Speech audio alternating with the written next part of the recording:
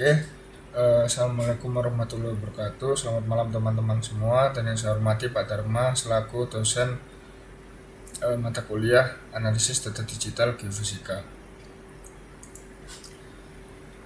Pada video kali ini saya akan membahas sekaligus membuktikan secara langsung fenomena yang disebut aliasing dalam pengolahan sinyal digital. Nanti kita akan mensimulasikan efek sampling pada dua sinyal, gelombang sinus 10 Hz dan 50 Hz, dengan 3 frekuensi sampling yang berbeda. Pada tugas kali ini saya akan mengerjakannya from scratch pakai Python. Mungkin kita bisa next slide dulu.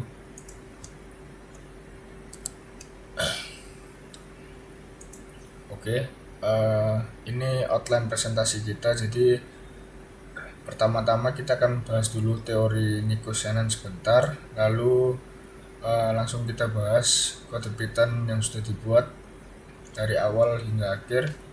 Setelah itu kita running dan kita lihat output atau hasilnya seperti apa, lalu kita analisis ketiga kasus, yaitu aliasing, kondisi ideal, dan kondisi borderline. Kemudian kita pelajari formula aliasingnya secara matematis bagaimana, dan yang terakhir nanti di akhir kesimpulan beserta aplikasi di kehidupan nyata. Oke, kita next. Oke, Nico-Shannon Sampling Theorem.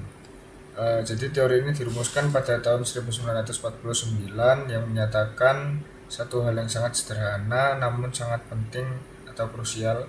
Jadi frekuensi sampling itu harus minimal 2 kali dari frekuensi tertinggi dalam sinyal yang kita ingin rekam. Jadi ada 3 konsep penting dari teori ini. Yang pertama yaitu sampling rate atau fs, jumlah titik cuplik per detik, dan yang kedua itu ada Nyquist rate atau batas minimum yaitu 2 kali frekuensi sinyal, dan yang ketiga aliasing atau artefak berupa frekuensi palsu yang muncul ketika fs lebih kecil dari Nyquist rate. Intinya bahwa sinyal yang terkena aliasing itu tidak sekedar berdistorsi, tapi identitas frekuensinya itu benar-benar berubah. Nah, kita akan buktikan pada codingan Python yang sudah saya buat. Kita akan beralih ke VS Code sebentar. Oke, kita mulai dengan import NumPy untuk perhitungan matematika dan matplotlib untuk bikin grafik. Lalu kita definisikan dua sinyal yang mau kita uji, yaitu f1 sama dengan 10 Hz dan f2 sama dengan 50 Hz. Di sini kita juga buat 3 kasus sampling, yaitu fs20, fs100 dan fs40 Hz yang sudah saya jelaskan tadi di awal. Dan Ticon yaitu array untuk waktu sinyal kontinu.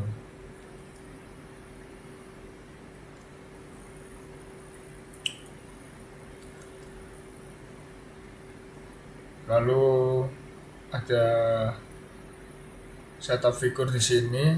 Bagian ini kita nanti setup tampilan grafik, yaitu 3 baris kali 2 kolom, 3 kasus, 2 sinyal, dan totalnya itu 6 subplot. Kita pakai Vertex untuk judul utama. Nah, lalu yang utama di sini yaitu loop plotting. Jadi intinya dari program ini yaitu 2 loop bersarang. Loop luar jalan 3 kali untuk tiap kasus sampling, dan loop dalam jalan 2 kali untuk tiap sampling. Loop dalam jalan 2 kali untuk tiap sinyal. Dan di dalam loop kita gambar 3 hal. Yang pertama sinyal kontinu garis biru mulus pakai npsync dengan 5000 titik supaya halus. Kedua sampel discrete batang-batang merah pakai xtemp di titik sampling saja. Dan yang ketiga sinyal alias garis putus oranye muncul hanya kalau fs kurang dari 2 kali frekuensi sinyal. Frekuensi aliasnya dihitung pakai rumus f alias sama dengan selisih antara F sinyal dan kelipatan Fs terdekat. Lalu save and run.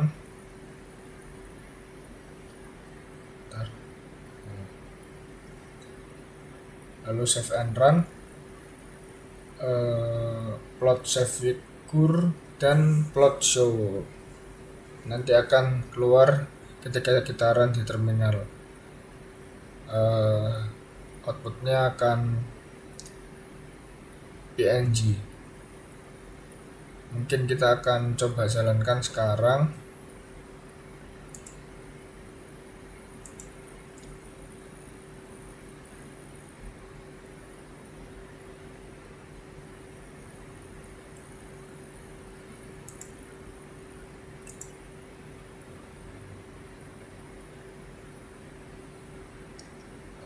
Outputnya nggak keluar. Windows Capture-nya sebelum saya masukkan. Windows Capture.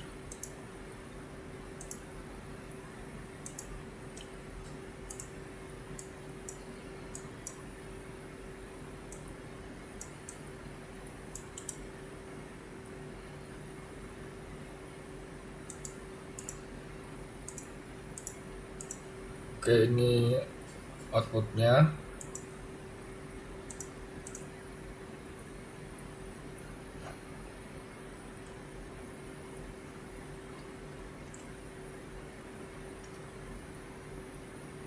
Kita lihat di kolom kiri, sinyal 10 Hz, titik-titik merah cukup mengikuti kurva biru. Statusnya aman karena Fs sama dengan 20, 2 kali 10 pas di batas Nyquist.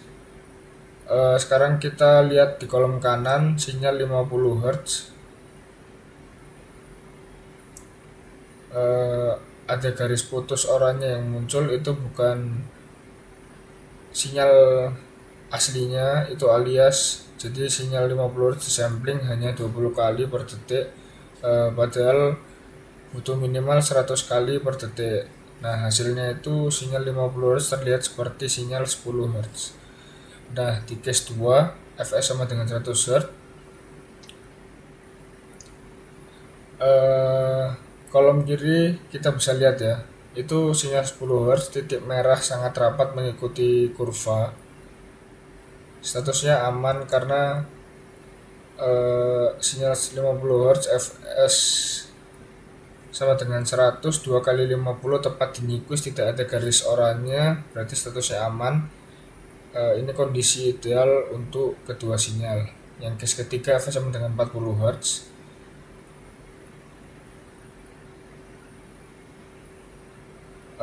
Kita lihat di kolom kiri 10 Hz, Fs sama dengan 40 cukup untuk 2 kali 10, 20, jadi aman. Nah, kolom kanan kita lihat sinyal 50 Hz aliasing lagi, Fs sama dengan 40 tidak cukup untuk 2 kali 50 sama dengan 100. Garis oranye muncul lagi di 10 Hz. Pelajaran penting dari output ini, bahwa frekuensi sampling harus memenuhi Nyquist rate untuk sinyal tertinggi yang ada, tidak bisa dipilih-pilih. Sebentar.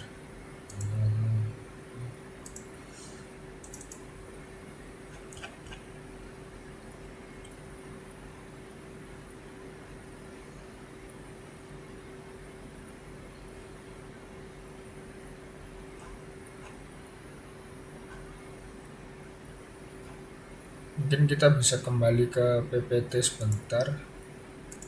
Oke, jadi kesimpulannya yang bisa kita tangkap yaitu, pertama, teori Nyquist terbukti secara visual, bukan hanya sekedar teori yang kita lihat tadi. Kita lihat sendiri bagaimana pelanggaran Fs kurang dari 2xf max menciptakan aliasing. Yang kedua, aliasing itu sendiri adalah perubahan identitas, bukan sekedar noise. Contohnya sinyal 50 Hz tidak hanya rusak, tapi dia benar-benar muncul sebagai sinyal 10 Hz yang berbeda. Dan yang ketiga, anti-aliasing filter adalah solusi praktis dalam sistem edisi nyata, Low pass filter memotong semua frekuensi di atas Nyquist rate sebelum sinyal didigitasi.